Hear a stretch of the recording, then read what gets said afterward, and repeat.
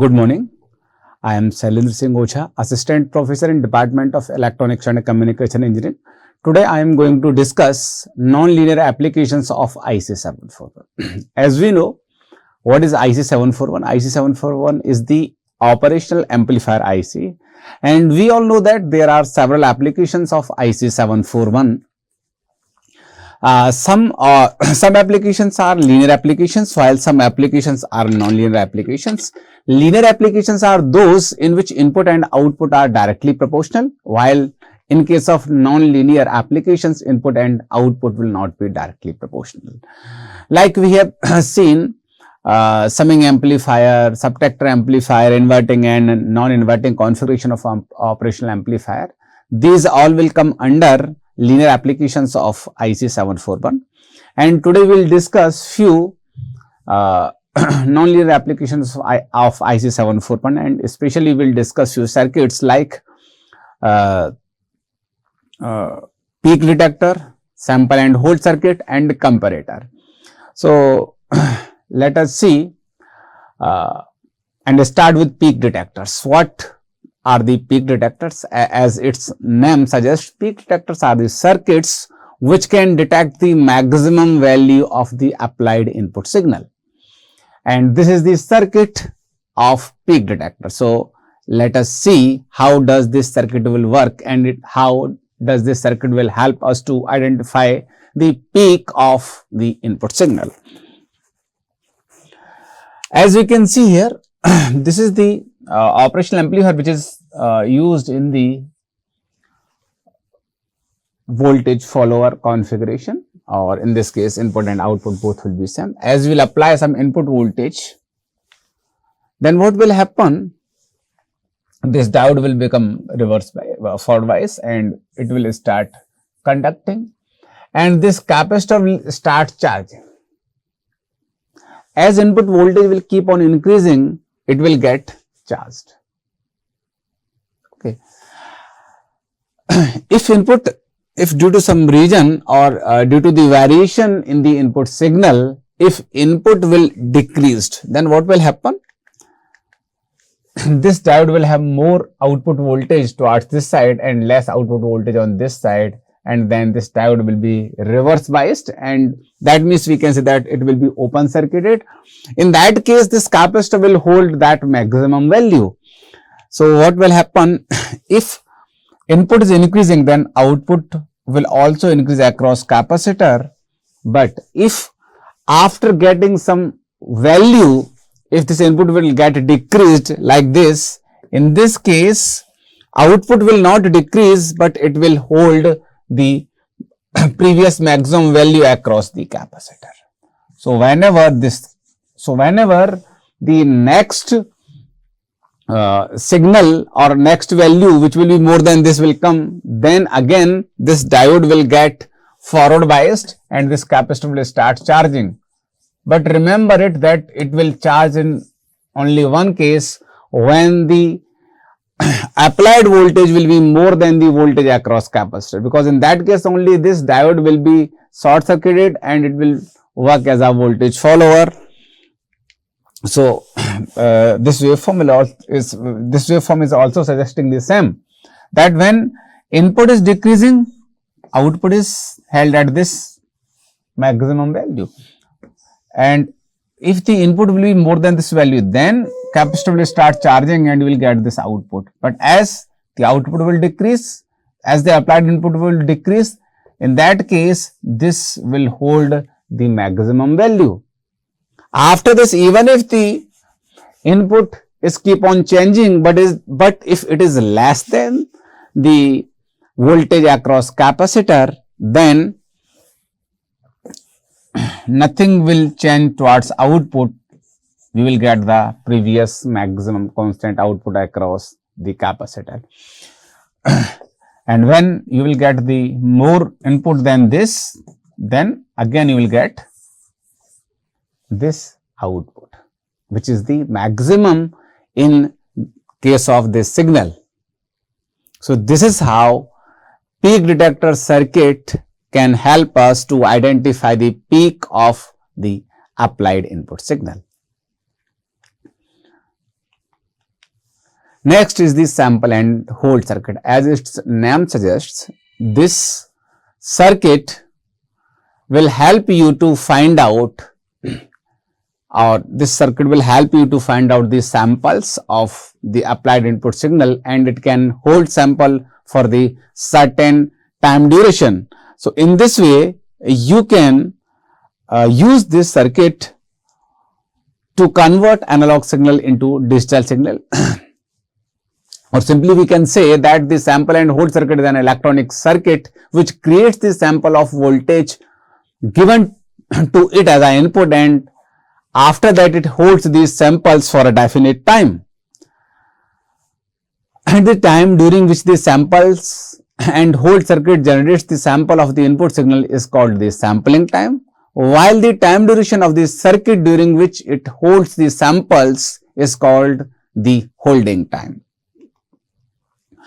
And this is the circuit of sample and hold circuit. So, let us discuss its working. As you can see here, this is the applied input. This is N channel MOSFET, and this is capacitor, and this is one resistor, and this operational amplifier is used in the voltage follower configuration. Now, see how does this circuit will work. As you will apply some input, and you have applied this voltage sample and hold controlled voltage Vs at the gate, and this voltage will be like this, clock signal. So, what will happen whenever you will get this positive pulse applied on gate, this MOSFET will conduct, and whatever signal you have applied at the input will pass through this. That means that time drain and source will be short circuited, and the same input will be moved towards the capacitor, and this capacitor will charge. And then this has been applied at the input of this operational amplifier. So, whatever input you will applied, same will appear across the capacitor during the positive of this pulse, and during this time duration the gate, we are taking this terminal to apply this clock, and when this clock will be off, that time this transistor will also be off, and it will be open circuited in this case, and whatever input you will apply will not be passed to source from drain, and whatever value was appearing across the capacitor previously, same value will be appear after this duration also. So, from this waveform we will try to understand the working of sample and hold circuit. See, this is the applied input, this is the voltage which we are applying at the gate. So, during this time MOSFET will be on, and when MOSFET will be on, same input signal will be passed towards output. But when this duration will come, MOSFET will become off, and it will behave as an open circuit. So, input signal will not be passed towards the output, and previous signal will be held across the capacitor. So, this value will be held till next pulse arrives. So, when this pulse will arrive, again this circuit will come on, and whatever value you have applied at input, you will get same at the output. And when MOSFET will become off, you will get the same value. That means this circuit is holding this value from this time duration to this time duration, and from this time duration to this time duration, as well as from this time duration to this time duration. So, simply we can say that yes, this circuit is sampling as well as holding the signal. That is why this circuit is called as sample and hold circuit. Generally, sample and hold circuits are used to convert analog waveform into digital waveform. As you can see here very clearly that this circuit is capable of converting analog signal into digital signal. Next circuit that we are going to discuss is the comparator circuit. Actually, comparator circuit is the circuit that compares two inputs, and it will provide you output either plus VCC or minus VCC. That means it can provide either positive maximum or negative maximum, or in digital form we can say that this circuit can provide you output as a 1 or 0. They will not provide any other level of output, they can provide only two levels, either high or low. So, the operational amplifiers are having several applications. One of them is the comparator. So, comparators are the circuit just like this, or generally comparators are designed by the open loop configuration. Let us consider we are applying input V1 at non-inverting terminal and V2 at inverting terminal. In this case, what should be the output? Actually, the actual output should be A, which is the open loop gain, multiplied by V1 minus V2. It should be the output of the open loop operation amplifier. But this gain is very high. Practically, it is 10 to the power 5, and ideally it is infinite. So, this operational amplifier will get saturate for the very small input also. So, we can say, or practically it happens that when V1 is greater than V2, output will be plus VCC or the maximum value, and when V1 will be less than V2, output will be minus VE. Yes, we are obtaining it from here. Ideally, it is infinite. A is infinite, so infinite multiplied by V1 minus V2, that means some positive value. So, we will get plus infinite. Plus infinite means the maximum capability of operational amplifier or maximum capability of voltage, maximum capability of operational amplifier which it can provide as output.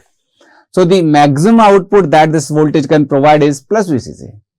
Similarly, if V1 will be less than V2, that time output will be minus infinite. Minus infinite means the maximum negative capability or the maximum output voltage in terms of negative, or simply we can say that the minimum output voltage which this circuit can provide will be minus infinite. That is nothing but minus VE. So, in this way capacitor works.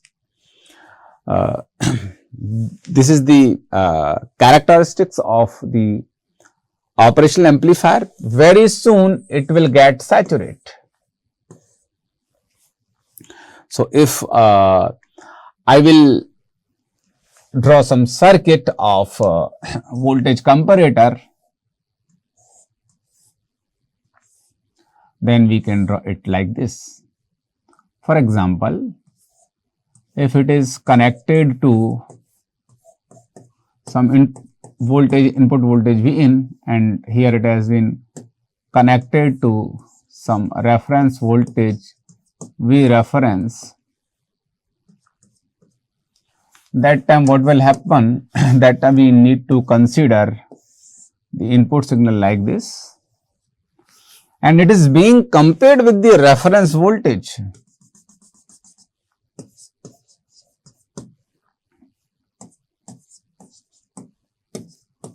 That time what will be the output? See, in this duration, input at non-inverting terminal is more than reference voltage. So, the output should be plus VCC, and in this duration reference voltage is more than the more than the applied input voltage. So simply we can say that output will be the minus VEE, and again, so like this, you will get output like this. This is how the comparator circuit works. Actually, there are two configurations of comparator circuit. One is non-inverting comparator. If applied input and output are in same phase, then we can say that yes, the circuit is in the non-inverting configuration mode, or the circuit is the non-inverting comparator, while if the input and output both are out of phase, or we can say that if we will apply the input at the inverting terminal, then we can say that yes, the comparator will be the inverting comparator. So whichever type of circuit is given to us, we can analyze that circuit very easily. Or if someone asks us that explain inverting or non-inverting circuit, we can easily explain. If you want to design non-inverting comparator, you should apply input at non-inverting terminal. If you want to design inverting comparator, you should apply input at the inverting terminal. And this reference voltage can be varied. Here you can see, if reference voltage has some value, that time what will happen, this T on and T off both will be different. But if you can make this reference voltage equal to 0, then this particular circuit will convert into the zero crossing detector. That means this circuit will be able to detect the voltage more than 0 or less than 0. See, this is the circuit of zero crossing detector. You have applied input at positive terminal and this inverting terminal is simply grounded. So what will happen if this is the input?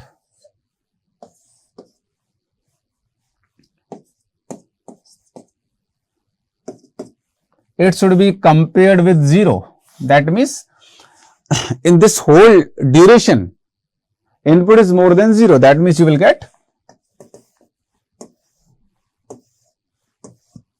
plus VCC, and in this whole duration, input is less. So you will get perfect square wave.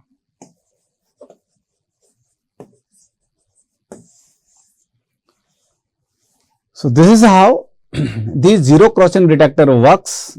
And one more thing is that this, as you can see, this circuit is having capability to convert sinusoidal waveform into the square waveform.